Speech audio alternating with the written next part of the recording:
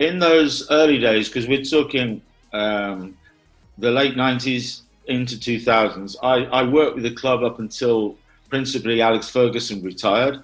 And it's very, very common in football that when a manager retires or whatever, or gets sacked or whatever, they bring in a brand new team and have a fresh start. So I basically stopped working with the club. I still have dialogue with them every now and again, but I do more work with other clubs these days.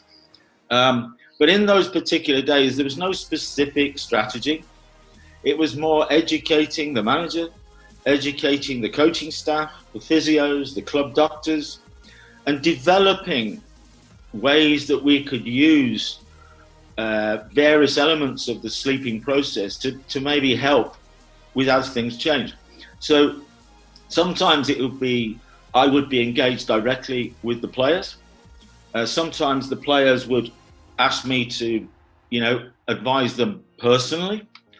But as the years developed, we then started doing workshops with all the teams. So I would go in and do something for the whole squad, and then they might involve me individually from that point.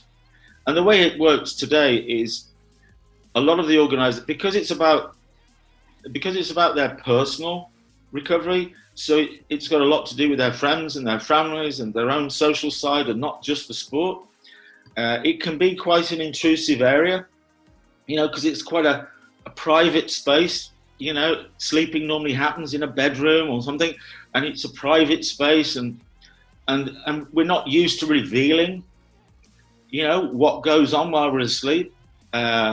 So it's kind of, the clubs normally just introduce me, and we'll do some workshops, and then they just encourage the players to come to me privately, because they know what I do is not going to have any impact on them, only positive, not negative.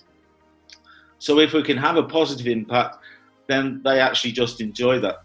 So in many cases, there are a lot of individual characteristics, and not only within the sport. You've got strikers and goalkeepers, and you've got, different types of profiles, but you've also got, in different sports, you've got different disciplines and all that sort of stuff, and different media attention as well, So football is one of the highest.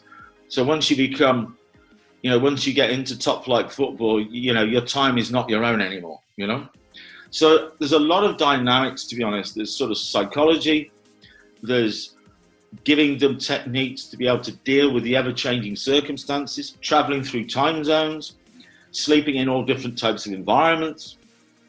And so you wander through a little process with a profiling process. We get to know each other.